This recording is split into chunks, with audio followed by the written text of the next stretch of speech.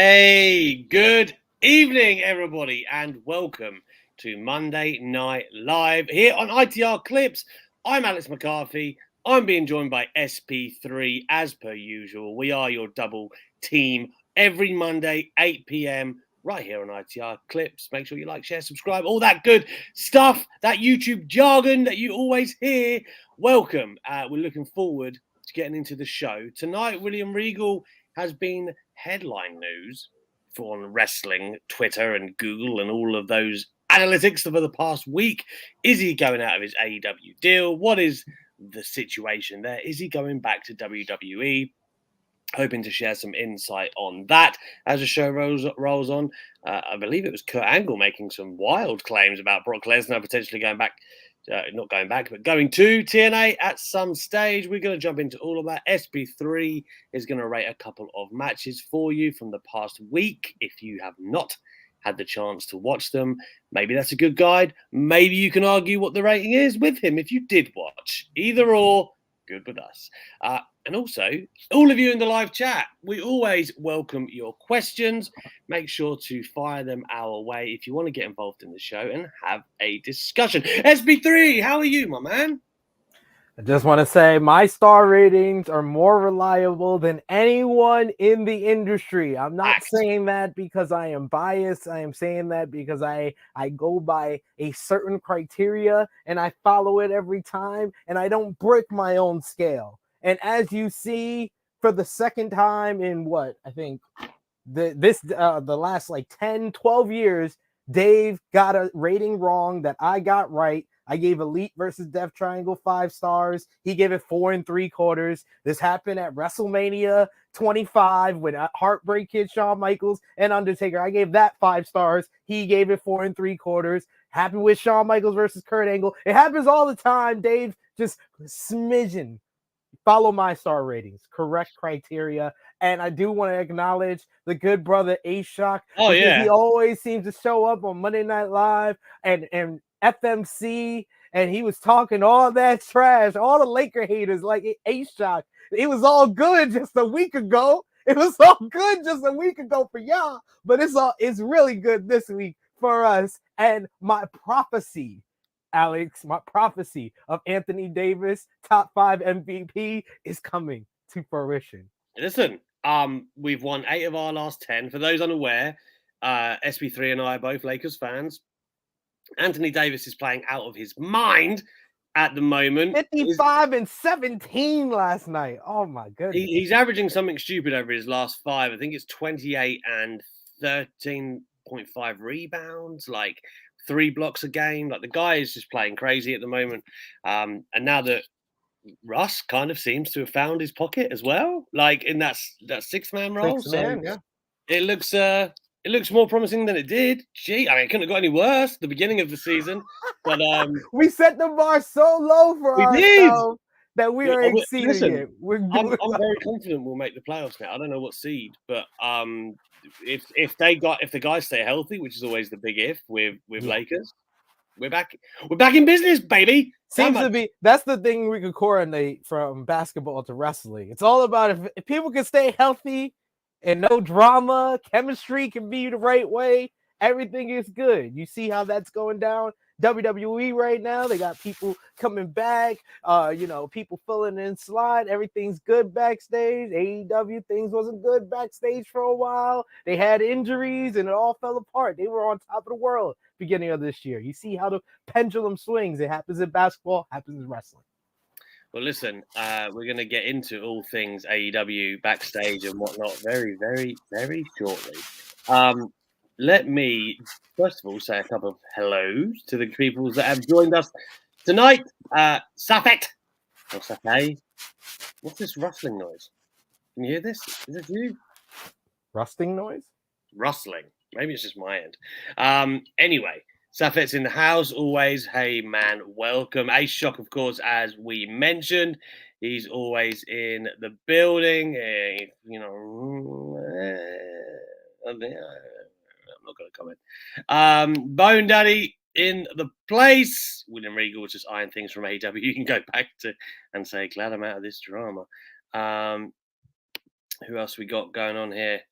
Sibak 66, Queen Monet, a regular here on the show. Hey, and CM, of course. CM's in the house.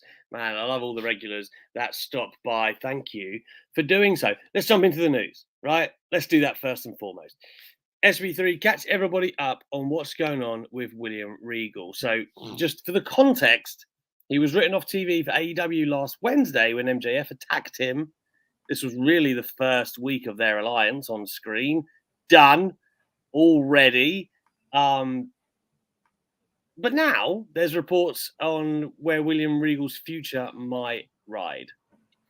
So basically, this all started following AEW Dynamite last week when MJF laid out William Regal with the brass knuckles from behind. Well, it really dates back from even the previous week when Jon Moxley told William Regal to leave. Rumors started to circulate that William Regal could be on his way back to WWE. Kind of playing into those rumors, Triple H put out the video ahead of War Games with all of William Regal's War Games, rally cries over the years. And then Dave Meltzer suggested last weekend that Regal's contract was 1 year, but then he's walked that back on Twitter. He said it was for 3 years and that he won't be going anywhere anytime soon. Then PW Insider said that it's expected that William Regal is heading back to WWE very soon. Fightful Select kind of confirmed those rumors by saying that William Regal's deal in the company was up this month. And then it kind of had a avalanche effect of other rumors from that, being that, did he sign a 9-month deal? There are those within WWE that believes that he had an out in his contract. What the out was, we're not sure. It may be that if Triple H was in power, he could go back, or he had a 9-month type of deal or something like that. Who the hell would put stipulations like that in a contract? I mean, if I'm Tony Khan and he suggested that, I'm be like, hey, sure, I'm not expecting it to happen in 3 months. But yeah, it all of that is kind of like where we're at right now. There's been other kind of reports from that. It's all been confirmed, but by everyone, that William Regal is officially heading back to WWE. He's done with AEW. The angle with MJF was his official write-off. There are those within AEW that was confused with Tony Khan's decision to put so much heat on someone that was on his way out of the company, and they thought that there was other ideas that were pitched for MJF versus Jon Moxley at Full Gear that could have worked better, and it kind of leaves them in a kind of compare like a weird position, because Jon Moxley is one of your top baby faces. He never gets revenge on the manager that turned on him. MJF is your top heel. He just turned more heel by turning on another heel, when it would have been more effective if William Regal was still with the Blackpool Combat Club. And then all this heat is put on someone that is on their way out, and you're using it in a way that can be helpful for the company in setting up the MJF and Bryan Danielson feud, but you could have kind of got there a little bit easier way. So it's kind of all the ramifications that this move is going to have on AEW as well as WWE.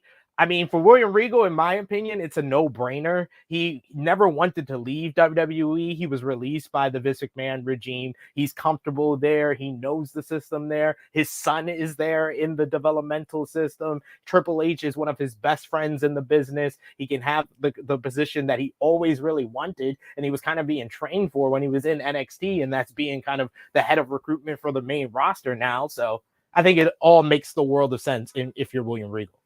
You also need to touch on the reported ideas that Regal, he's got that same vibe as CM Punk, that, I'm old and I'm working with kids. Suggested immaturity backstage potentially that's ruffled his feathers. This was reported by EC3, the former WWE talent. Reported by EC3. That's why I'm gonna be honest, Alex, and I work. It's worth noting for context. I work for the outlet that this was on. It was on Sportskeeda Wrestling. It was the Wrestling Outlaw Show with Vince Russo, Dr. Chris Featherstone, and EC3. And EC3 said when William Regal went to the company, the word was that he he felt like he immediately regretted his decision and that there was a maturity issue among the management in AEW. And he felt like the people there, didn't listen to his, feedback. And that was kind of confirmed by, in a way, by an AEW talent in Brian Pillman Jr., who kind of responded to a tweet that kind of addressed that.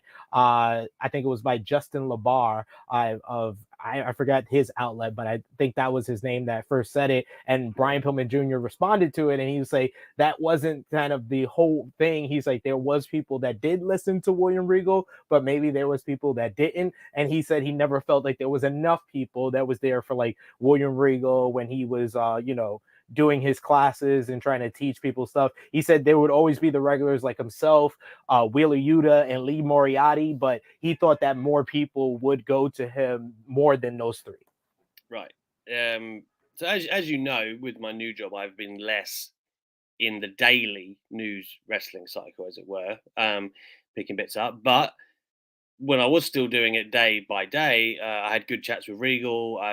Certainly a lot of chats around when he departed NXT, and obviously speaking with Regal himself. So I'm going to try my best to add context to a lot of what I hear here, and little different bits and pieces. Because I feel like there's quite a few bits to touch on.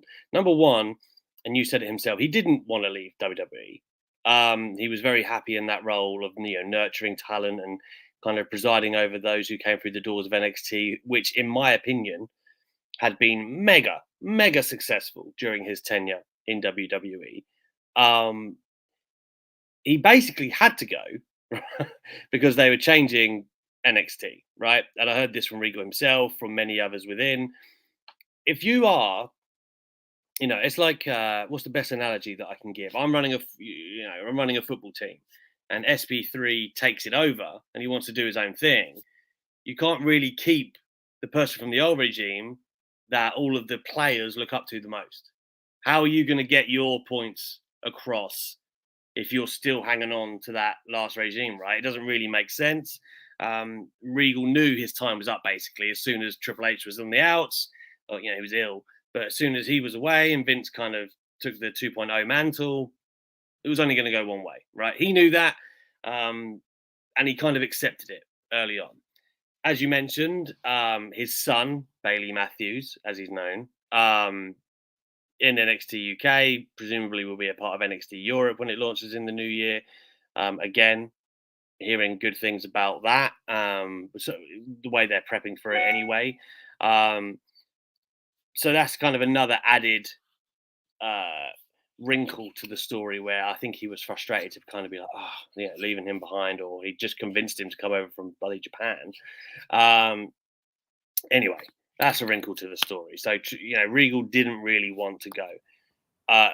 When he gets to AEW, though, and again, I've spoken to many people off the record. On the record, though, guys like Ricky Starks, who had a lot of things to say about these classes before the show, Regal himself, they would get there 11 a.m. TV day. That's a long fucking day, by the way. 11 a.m. they would get there, and then they would have sessions in the ring, right? Him and Danielson, for the most part, teaching people. And it was a no phones rule. You want to come be involved. You can't film shit. You can't whatever, right? You have to come do the session. And as far as I was aware, there was a lot of younger talent that did that. So I wonder if these comments from EC3, let's take them at face value for a second. I think maybe some people on Twitter or, otherwise maybe threw a blanket on them as if like AEW as a whole.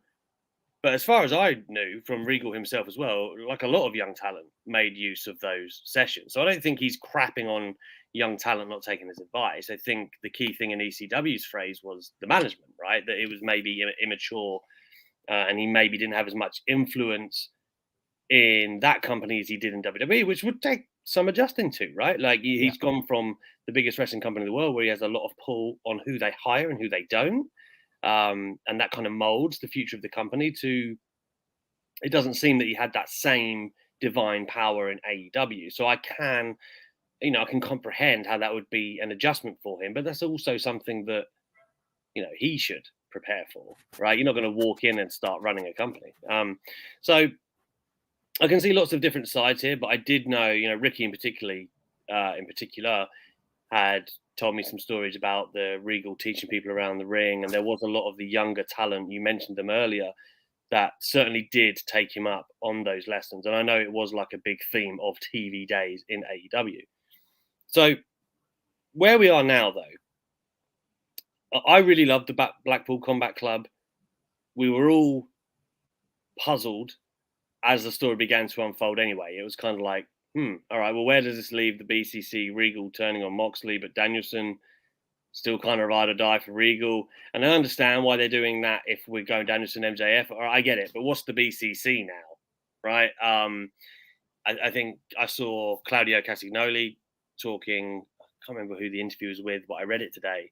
And he says they're going to have some meeting or something like this to see what's going on, what's moving forward. Obviously, you've got Wheeler Yuta that was really kind of getting a great rub being in there. But who knows what's going on with that storyline right now? They've kind of jettisoned it to where Regal was then turned again, I guess, right? Like, and then he's been turned on, and now he's out of the. All intents and purposes, he's written out. Like everyone can see that. How quickly is he going back to WWE? I don't know, right? Like, well, it would make.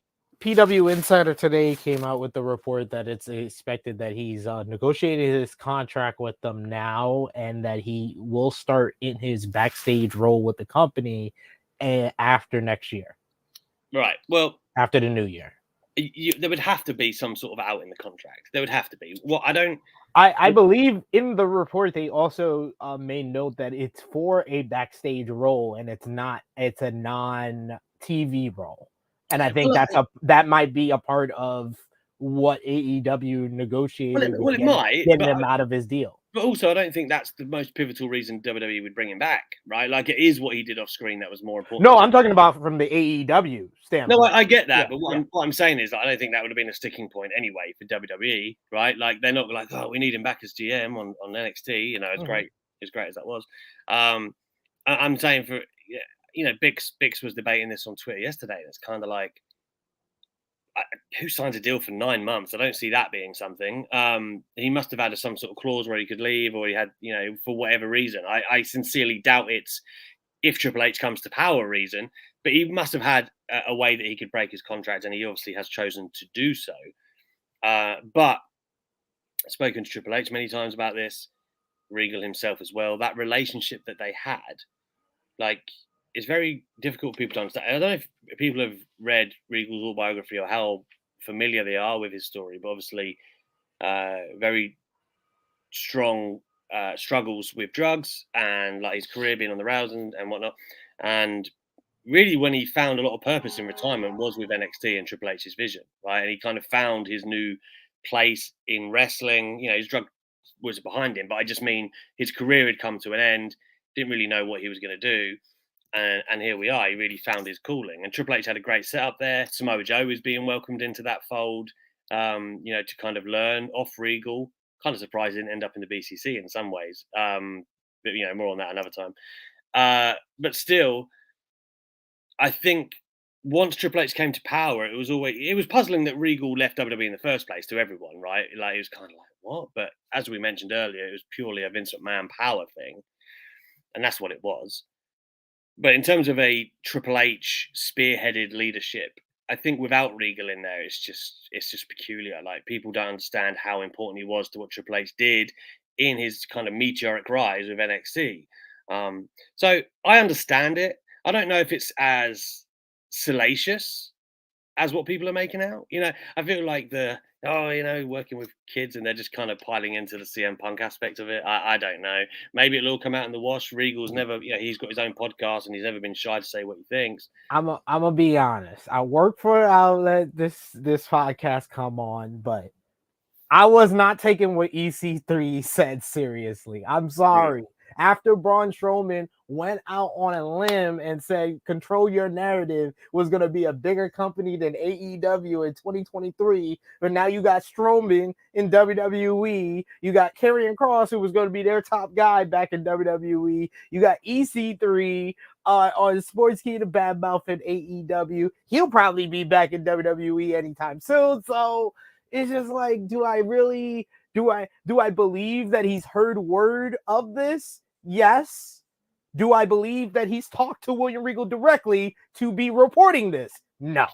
Yeah, I sincerely doubt it. Again, I think, drama in wrestling is obviously paramount, but I think the stronger pull here is being reunited with Triple H rather than anything that's wrong with AEW. That's my intuition. That's what I would read from the situation. Having spoken to all the parties involved, that's what I would deduce.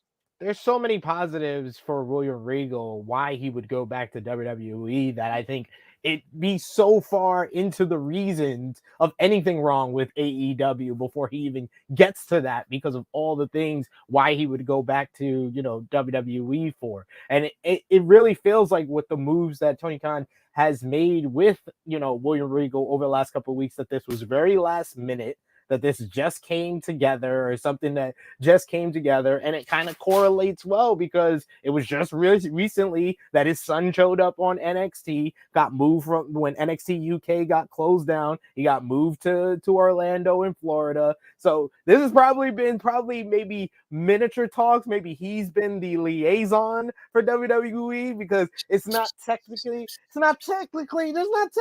tampering. They're just having dinner. Just a father and son having dinner. Just a father and son having dinner. He's been there for 2 months. He's gotten comfortable, and he's like, Dad, didn't you say you had an out in your contract for AEW? Dad, pass me the remote. Where's the Diet Coke? Also, you want to come back? What about it? He's the perfect liaison in this. Absolutely. Grease them wheels. It's going to be interesting to see it. But I think anyone who knows probably feels like that's, well, first of all, Regal will do what makes Regal happy, right? That should be what everyone wants. But that's what his home is, and fair play to him if everything's been done by the book, which it seems it has.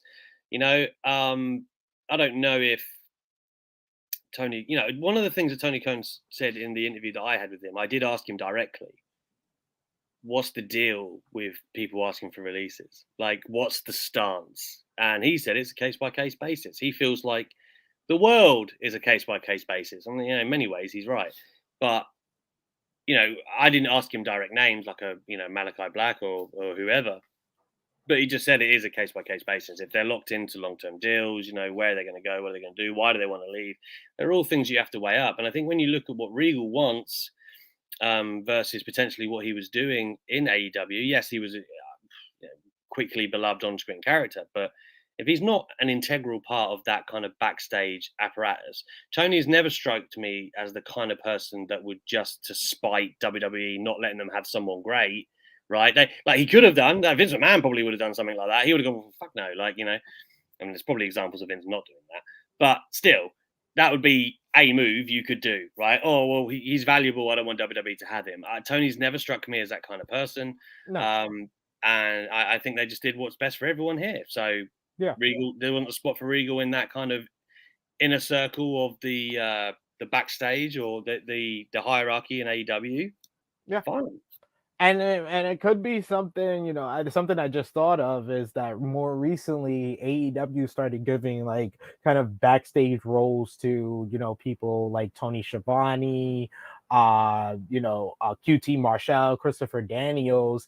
They didn't put William Regal in that position. I don't know if that might be more than people not listening to him, more than immediately regretting his decision and a maturity issue with management. Maybe it was as simple as not being given a role in management and being given a role there. Maybe that's what he really wants to do. I think it is. And I think that that was clear it was his passion in NXT. Will Chisholm makes a good point. People got to think William Regal is the reason why most of the wrestlers are in AEW. you don't even know. He might even have a heavily influence on getting Sasha Banks back there. No joke. Like she appreciates him greatly. He played a big role in her career. You can't understate it. I mean, it's not a given, but again, A Shock saying here, does Regal leaving influence AEW wrestlers to leave for WWE? I don't think that's the same situation because, again, as we've discussed, it's more about Regal following his passion, and there wasn't a role for him there in AEW. There is one right next to Triple H at the top of WWE. Like, it's very hard to turn down. He's the Pat Patterson, y'all. Exactly. That's very, very hard to turn down, I think. You could argue that, unless I'm forgetting people here, Regal's really the only second domino to fall after Cody Rhodes. And really, he was apart from WWE in the first place, right? Yeah. So I wouldn't even put them in the same bracket. Okay, like talk to me when the fucking Young Bucks or or whoever, like another top guy like Hangman Page or MJF, like down the road. Talk to me when they go, oh, you know what? Actually, I'm going to go try my luck in WWE, which is much more realistic under Triple H. I will say that much. But I don't foresee that being like a domino effect. We're not talking about a slew of people deciding, you know what, I'm going to leave AEW for WWE. I think we're away off that kind of watershed moment, but we digress. SP3, we digress. Yeah, I think people, who want to say, "Oh, that's the beginning of the demise," or "This is a part of the demise of AEW," are just kind of a little foolish and kind of a little bit saying that a little too soon. I don't think this is a huge loss for AEW. It's definitely a loss, and he was definitely a contributor on television and everything he offered with the Blackpool Combat Club and all the potential that it had at the beginning. Him on commentary was a lot of fun. And the biggest disappointment in the history of professional wrestling is the fact that William Regal will never get Excalibur to snap, crackle, and pop in his mouth. Oh, we're all in disappointment. Listen, you've been spending too much time with Jeremy Lambert, but I appreciate it. I appreciate the shout. No, it's true. It's just funny. We're talking about TK and that kind of management system. I see A Shock saying that he should have had a role for Regal. But I don't get me wrong. I think he could have contributed massively if you find the right thing. You should. I would have found something for Willie. If any wrestling company should find a role for Willie Regal. I'll be honest though. I think Tony Khan was in the right to not do that, because say he did do what A Shock's asking for, and then still access to leave, then he knows all the information within management, and then all the people, the conspiracy theorists in the world are saying, oh, Triple H sent William Regal to AEW to gain information and then come back. Yeah. But if he really wanted to do that, then that would be the best way, would be Tony Khan foolishly giving William Regal, hey, you just came, hey, here you go, here's our open fortress. You have to kind of earn your way to that. So I understand why Tony Khan didn't just give him a role like that. Yeah, you have to think as well, right? Like if you're Tony Khan and you know that this contract has an out, that's got to kind of play on your mind a little bit. You got to be thinking, how much do I give this guy, right? The same way that WWE had reservations about the first Goldberg run, right? It's not the same, but they had him for a year, right? And they were starting to think, the wheels are coming off this kind of towards the end of that year. And they're like, yeah, you know what? Let's just tie our hands and be done with it. But I mean, the other thing to factor in there too is Bryan Danielson, who really goes for Regal, right? Like, and I know that from talking to Regal, Danielson's the one who reaches out to him as soon as he's released from WWE. He wants him with him in AW. It's not Tony Khan picking up the phone saying, "Oh, I've got a role for you backstage. Come and do this. You're going to preside." That wasn't how it went down. So I guess we have to set our expectations at a certain point. It was Danielson that wanted Regal, right? And I'm glad that he did. Amazing, right? Like that when the when the BCC first came together, awesome. That moment at Revolution was one of the best moments of the year. Awesome, so awesome, right? And even the first few weeks, and when you're wondering who's going to be in there, mate, it was magic, right? I would say that whole first month, is the Wheeler Yuta angle of it, and the payoff with the Moxley and Wheeler Yuta, and then the moment with them accepting him and him doing the BCC on his chest. That's still one of the best TV matches of the year, and that's one of the best moments I just wouldn't have had them feud with Jericho for like forever.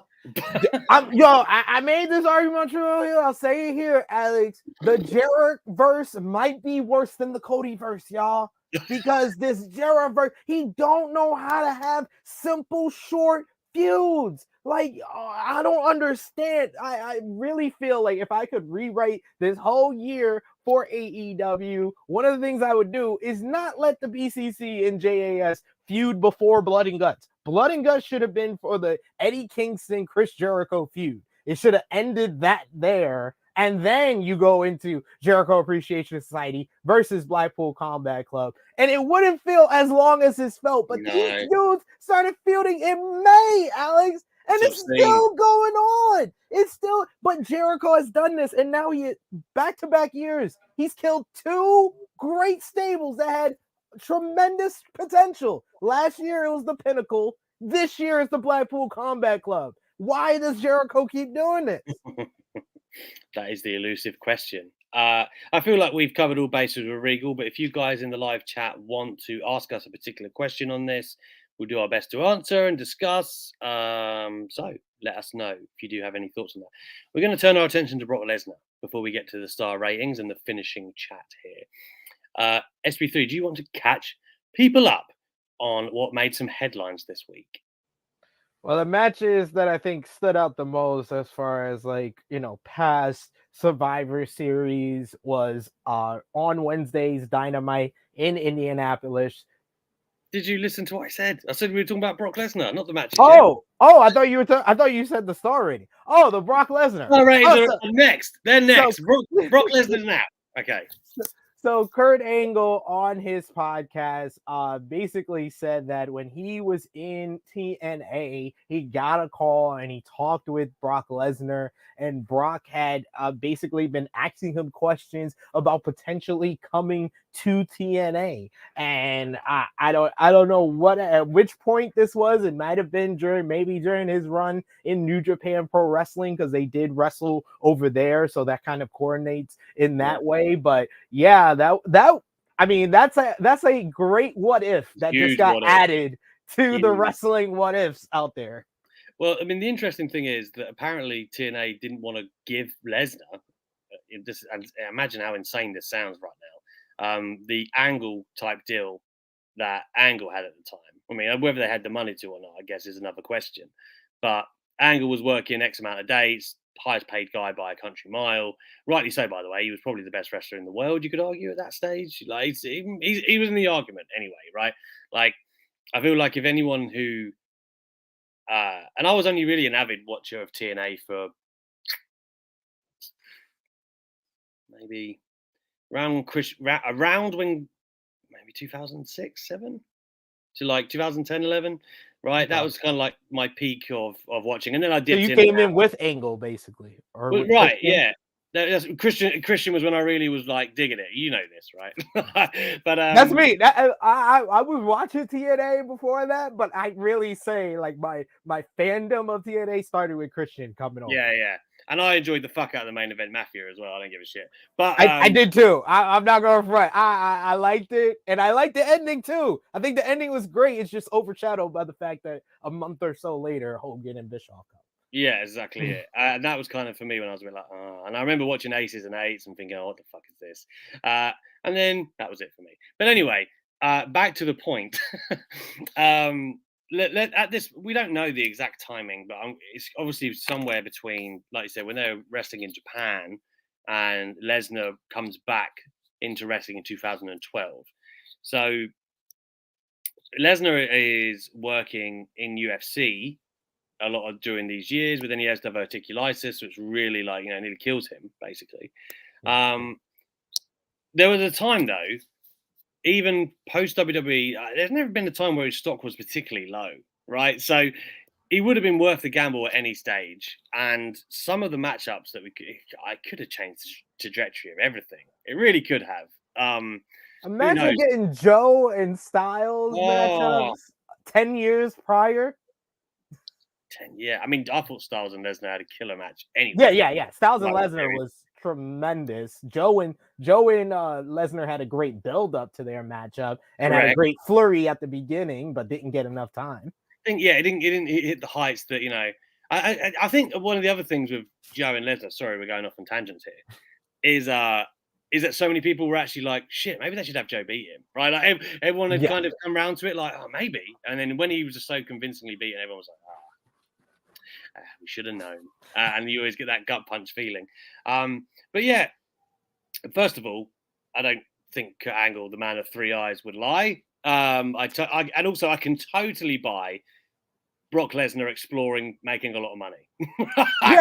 There's everything about this story is very, very plausible to me. And whatever timeline you go as, like if it's like during his time in New Japan or when he leaves UFC, it would have been a great time for TNA to make that risk. To take, if you took the risk with Hulk Hogan and Eric Bischoff, you should have took the risk with Brock Lesnar. Let me ask you right now, like if because I remember people were kind of fantasy booking this at one point. Tony Khan is somebody who could afford Brock Lesnar. Don't get me wrong, I don't think it's ever going to happen. But like, imagine he was available, right? Like Tony bites his hand off, doesn't he? He would do, right? Like, yeah. Especially if it was available now would be the time, because Brock doesn't. I don't think Brock has the same type of relationship with Triple H that he did with Vince McMahon. So if I was Tony Khan, now would be the time more than ever. I think Brock had, I don't want to say he had 90s Shawn Michaels rope, but he had a long leash, right? Like far longer than most people get with Vince McMahon, right? I think like the Attitude Era is kind of like, that was the last days where people could really do that to Vince. Do you know what I mean? Like, I feel like you got to the point of omnipotence where it was just like, people couldn't do that anymore. I mean, think about it. In the past decade, who's disrespected Vince more than Brock Lesnar? No.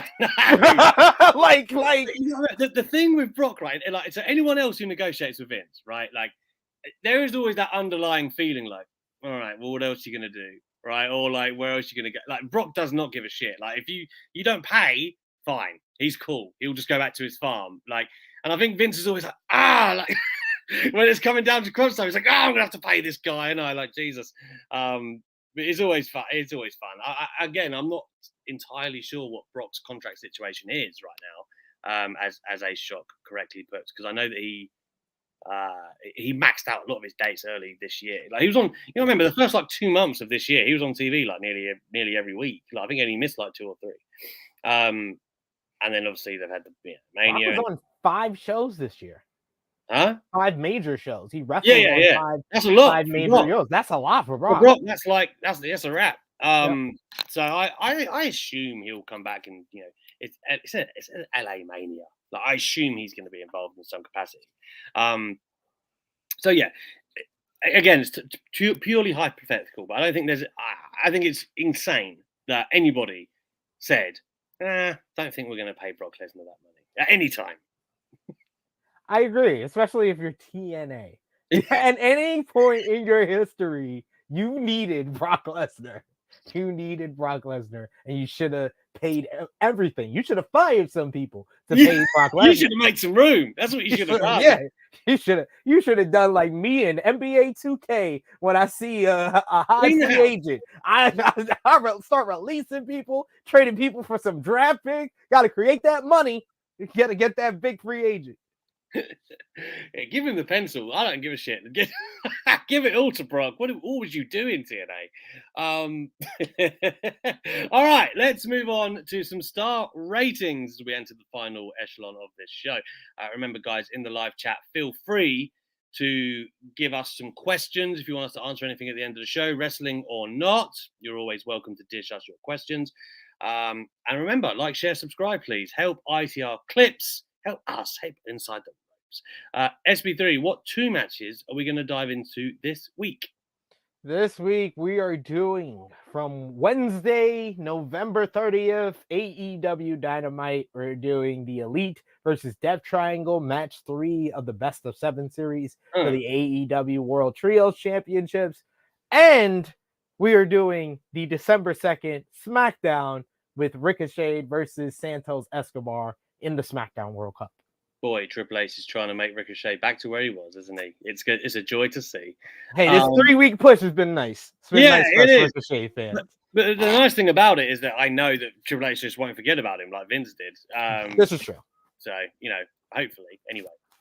All right, let's start with the Dynamite match then, since it came chronologically first. Let's start with that. Remember, this is SP3's illustrious star rating here on Monday Night Live. SP3, quickly tell the people just what the categories are and how we're going to rate them. So we got crowd/stage. So that's the audience, and Alex loves to talk about the stage, the platform.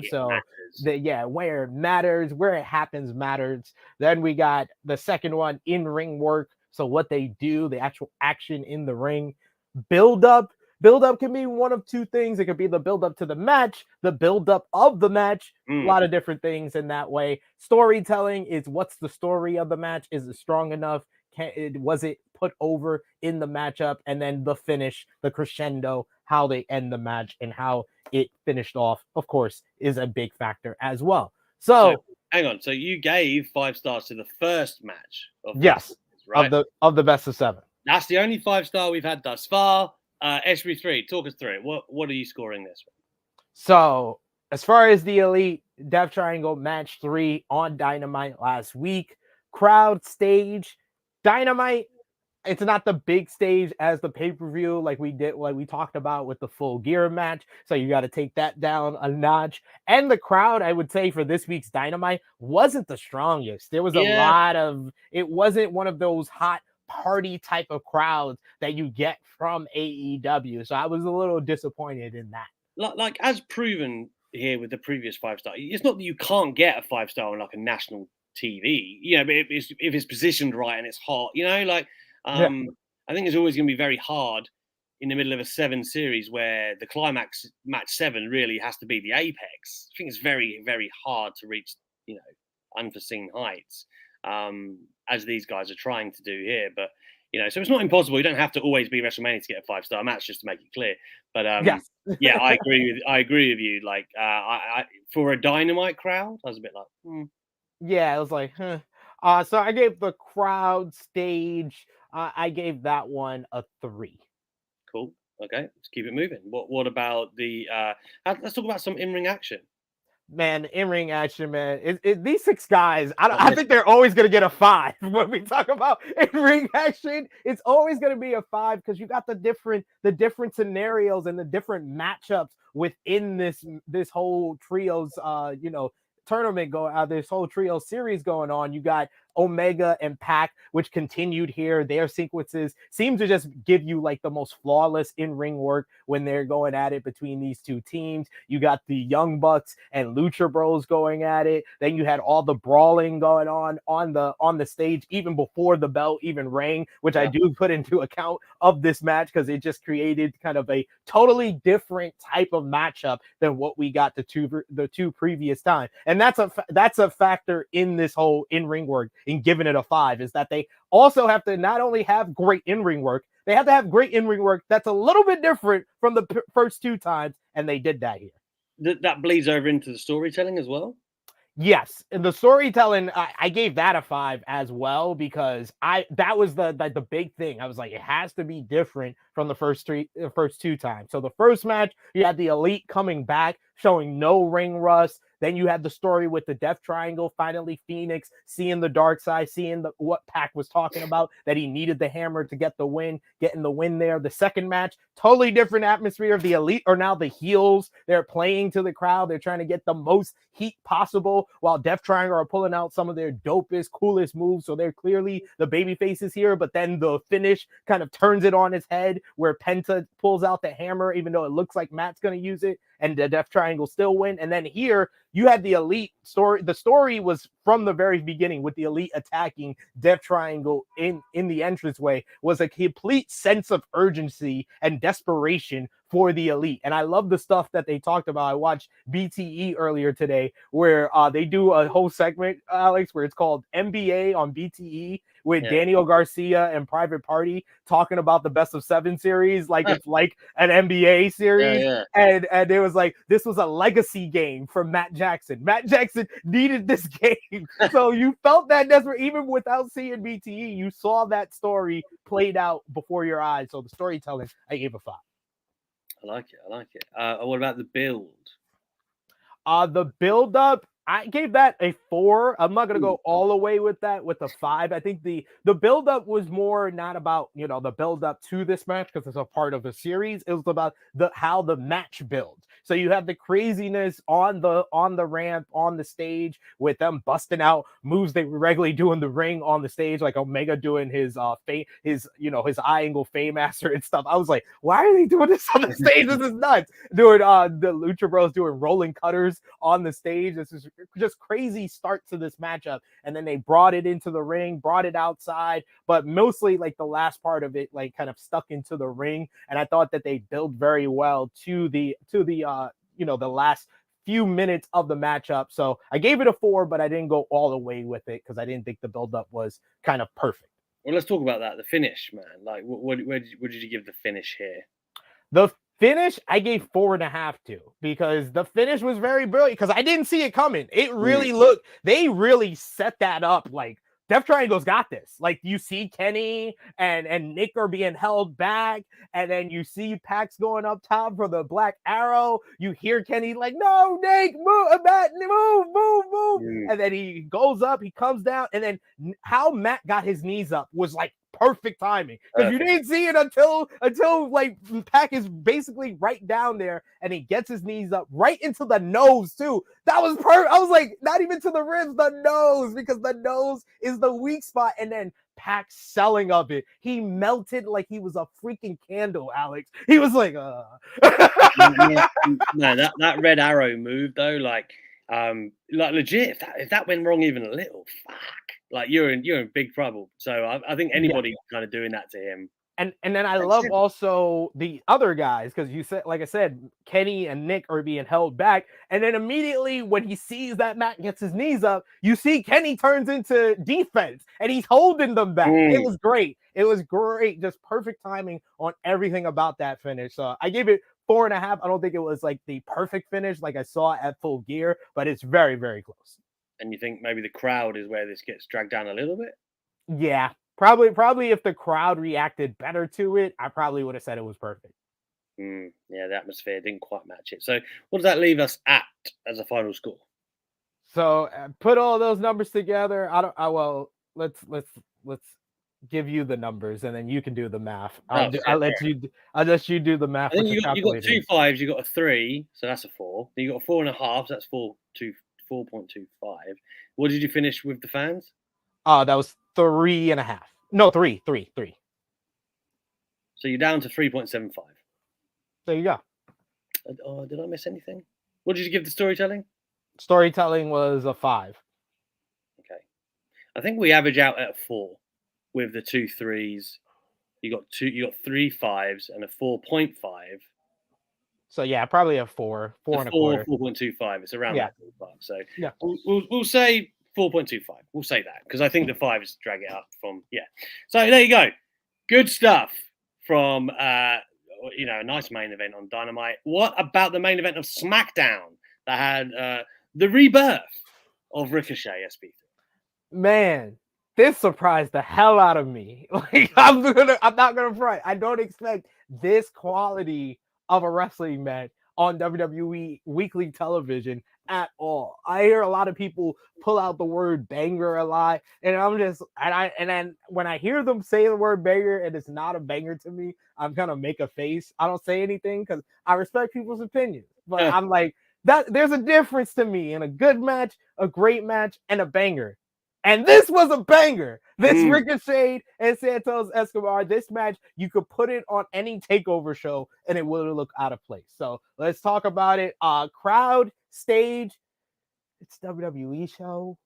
It's a SmackDown show. Some of these WWE crowds, I'm gonna be honest with you, at least the weekly television crowds have not been great. But I would say they were into the action. They responded to the high spots. That's what I kind of expect from a WWE crowd. I kind of expect different things from an AEW crowd to a WWE crowd. If you're gonna react to the spots, that's all I kind of expect from you. And they reacted big to the spots, like the Hurricane Rana off the guardrail, the finish, Ricochet with that shooting star press to a standing opponent. It's one of my favorite moves he does now.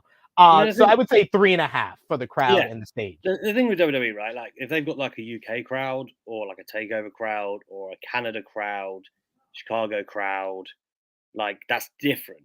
At least they're moving tickets now. You've got to give them that, right? Like I see Montreal's already like basically sold out for Elimination Chamber. It's because they sensed the Sammy. But you know, it's the week to week typically is like, you know, there's like a lot of families. Back in the Attitude Era, when it was just like kind of drunk, rowdy guys, it was just so loud and great. I long for those crowds, which is what you kind of get with Dynamite, right? Yeah. You know, and that's why it's kind of appealing, to be honest. But I agree with you. Like on a week to week basis, mostly WWE, typical stuff. All right, man. What about the action in ring? Action in ring.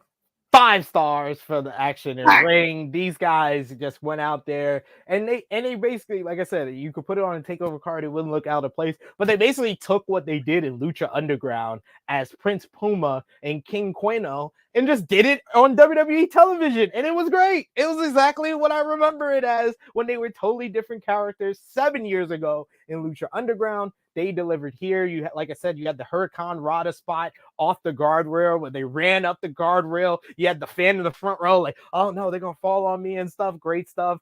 He had some high flying stuff in the ring, them with the double headbutt to each other, and then Ricochet, you know, pulling out the 630, which he doesn't always do. When he's on top, I'm like, please hit the 630, and then he busts out the shooting star press. I'm always like, it's a great shooting star press, but it's not the 630. So when he hits the 630, it's just a different type of, you know, you gotta up it up for the in-ring action. He did a great line salt as well, man. He did. He did. Great. He gets so much hops on it. Yeah, like looping, man. It was great. Can't argue with anything you're saying there. I mean, WWE love to do that in the recent years. Like Tyler Bate Walter was like that. Where it was like, hello, Wembley of Progress. And they just went, you know what, fuck it, do that in Cardiff. And they did. So, yeah, can't argue. What about the storytelling? Of course, this was the culmination of a tournament for WWE. Yeah, storytelling, to be honest, Ricochet matches, it's mainly about the moves. It's not really, his character is what?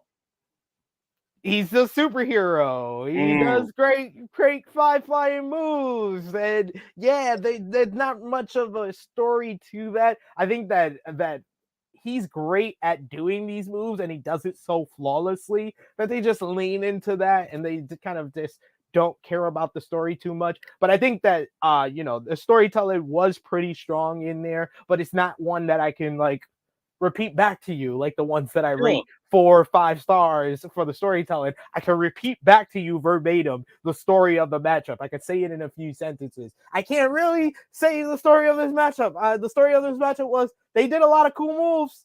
It was like, you know, in WWE love a tournament, right? But like it was they were both battling for the right to face the Intercontinental Champion, really. That is the story. There wasn't like a deeply layered, you know, character-driven story between the two. They just met in the finals.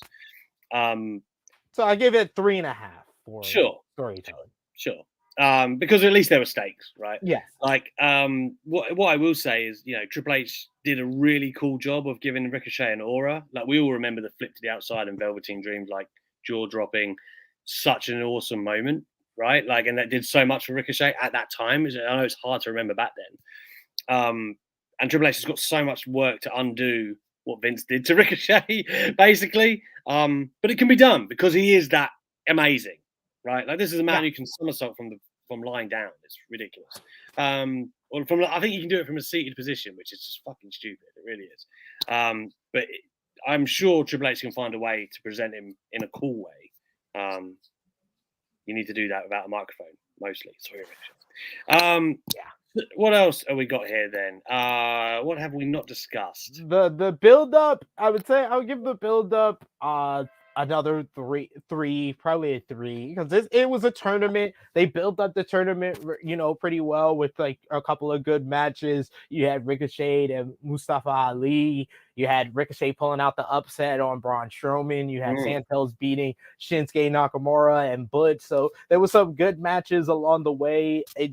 I wish we could have got some more, but I think the build up on the show, building to the main event, making it feel important, they did that very well. The build up of within the match was very well. So that's why I'll give it a 3. Oh man, what about the finish? Finish, I'll go 4 stars because he did the 630. That's what I'm here for. I'm here for the 630. I'm not here for him pulling out the shooting star press. Nah, that's a signature move. That's a secondary move. That ain't the finisher. The finisher is the 630. So when he pulls out the 630, I'm always a happy camper. I thought the reversals and how they built to the finish was really, really well done as well. This was one of the better SmackDown matches this year. I would say it's in the running for one of the best TV matches from WWE this year as well. It's in kind of on that little handful of matches that I remember from this year on WWE television. It was really, really great match. Concur completely. So I think that gives us, but really the things that kind of weigh them down are really out of their control. Everything they could do was really top notch. I think we've got a 3.5 there. We've got 2 3s. We've got a 5 and a 4.5, which I do believe levels out at 4. So 4 stars for a TV match in WWE is really fucking good, by the way. If we were to like make a catalog, that would rank really high. Yeah.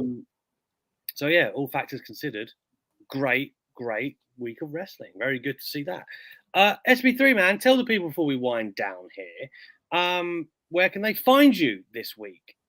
You can find me on the Twitter machine at TrueHeelSP3. I'll be over on the Sportskeeda Wrestling WrestleBin channel, I believe, for me and Dutch Mantel talking about the William Regal news, talking about different news in wrestling. Dutch has a couple of road stories that you could check out as well. I'll be on the Believe in Pro Wrestling podcast with Rick Ucchino on Wednesday this week, and then the True Heel Heat YouTube channel. Subscribe over there, and you'll probably see me a lot over there too. Good. Make sure you follow that. What was you doing last week, man? Like, what is there any True Heel Heat that can be caught up on?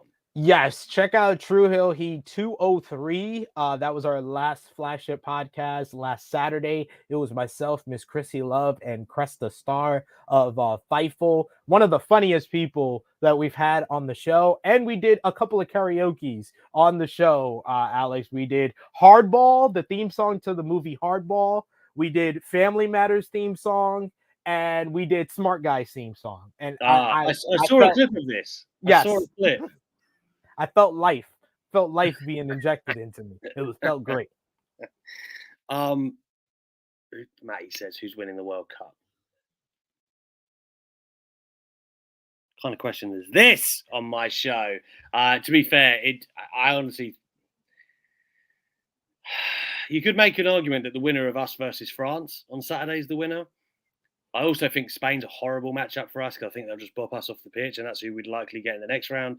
We haven't got an easy route. Brazil beat South Korea, and then they've got Croatia, who are old and terrible this tournament. In the next round, it could have been a lot easier. We've got a hard bracket. It is what it is. But if you want to win it, sometimes you've got to beat the best. So there you go. You can find me on Inside the Ropes, of course, the main YouTube channel. You'll find a lot of my interviews over there. But I'm here every Monday, man, with SP3. Kenny's going to be with us twice before Christmas as well. We're going to have some kind of award show and some other, I don't even know what we said we were going to do last week now, but we're going to do some stuff. I better go back and watch that, but we are going to do some things. So yes, you can look forward to that each Monday. But yeah, thank you very much for joining us here tonight on Inside the Ropes YouTube channel, ITR Clips. This is Monday Night Live, and we will catch you next week.